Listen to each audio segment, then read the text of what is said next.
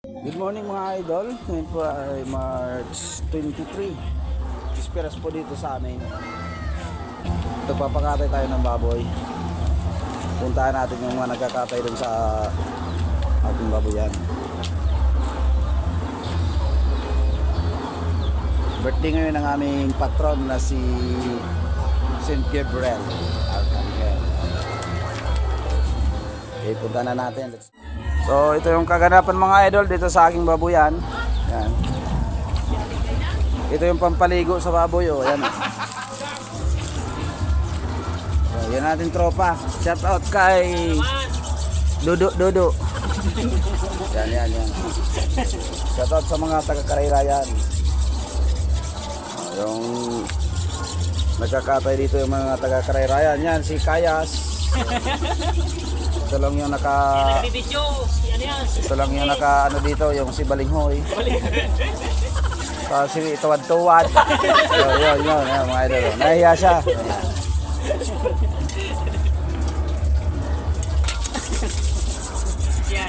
Dito na lang. Ako tulog. Ano si Bansag mo na eh?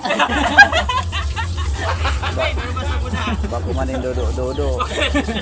O yan daw. Ang istorya niya mga idol, nagbiras daw yan eh. Kung madodo daw, magdodo lang. Yan mga idol ang tinanggal na sa dodo. Tinanggal na po. Yan ang kinatay ko ngayong fiesta. Yan, yung gustong pumunta rito sa Bicol namin, makikipista, punta na lang kayo doon sa kabilang bahay, mas malaki yung kinatay doon eh. Ito yung aking babuyan mga idol eh. Ayun, may dalawa pa doon na baboy. Si Joe Park, siya.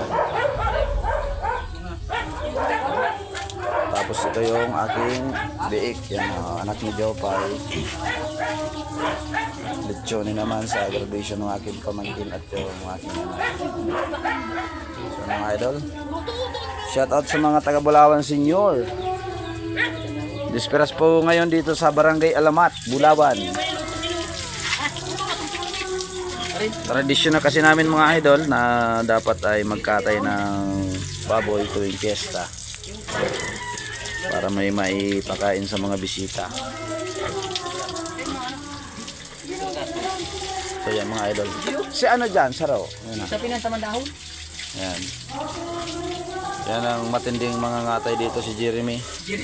Mayroon ng chicks doon sa ano, sa ano, si Gamot. Oh, baliktad na naman. Ano pangarang kang agong kani? Hindi ko kabisado. Ang pangalan niya. Ha?